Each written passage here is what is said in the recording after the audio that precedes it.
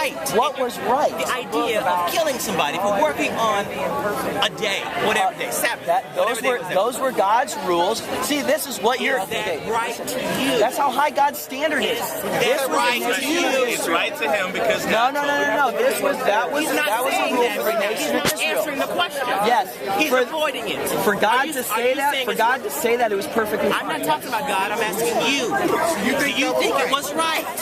Those were if those were the rules that God laid out for the Jewish people that were living under the theocracy of God, if that's how high His standard was for His chosen people, then yes. What you just said is why everyone here is here, because they're tired of people hurting other people. Tell me why from an atheistic worldview killing people is wrong. Do you think it was right? Because it hurts other people.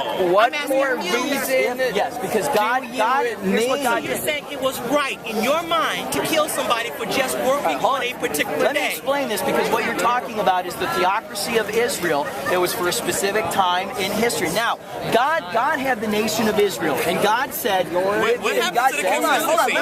Now it matters. Now what listen, time guys. in This history one takes a long time to explain, so let me answer him, because you guys have yet to answer my one question.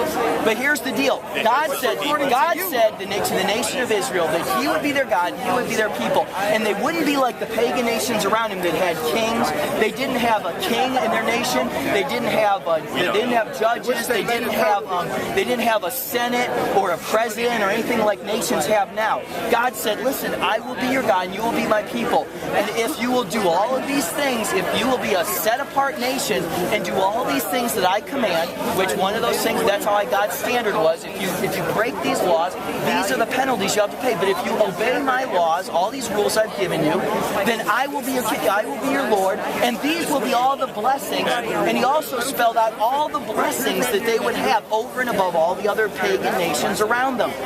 And they kept it for a while. And when people broke the law, God is so holy, righteous, perfect, and pure, that He was perfectly right in saying, you must die. The Bible says the wages of sin is death.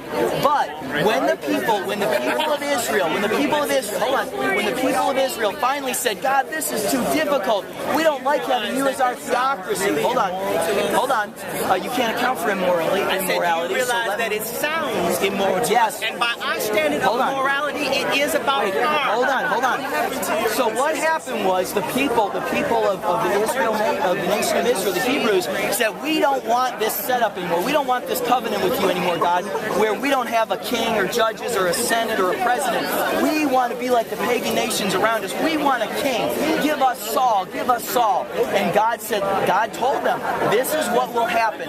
If I allow you to have free will, and if I allow you to have a king like the pagan nations around you, these are all the terrible things that are going to happen to you." But they said, "We don't care. Give us Saul. We want a king." When they did that, they ended the theocracy of God. They were no longer bound by the theocracy of God. So all of those rules about killing someone on the Sabbath, stoning someone for adultery, this and that, they no longer exist, because the people said, "We don't want you as our theocracy. We want a king." What happened to your consistency? Let me ask. Actually, but go on. What happened to your consistency? I'll get that. Let me answer this question. What you just described, if it was perfect the way it was, why change? But not only that, I mean, If the state of affairs were perfect, you said that God, I assume you believe that God doesn't make mistakes, correct? Are you talking about the 6 days of creation, or are you talking about the Hebrew nation? No, as far as the Hebrew nation, God doesn't make mistakes. But the people had free will. But God doesn't make mistakes, correct? The people had free will. Does God have free will? People would have done what God just said. If the people would have done what God commanded him to do, God said, "This is what you need to do to be my chosen people, to be a royal priesthood, set apart people."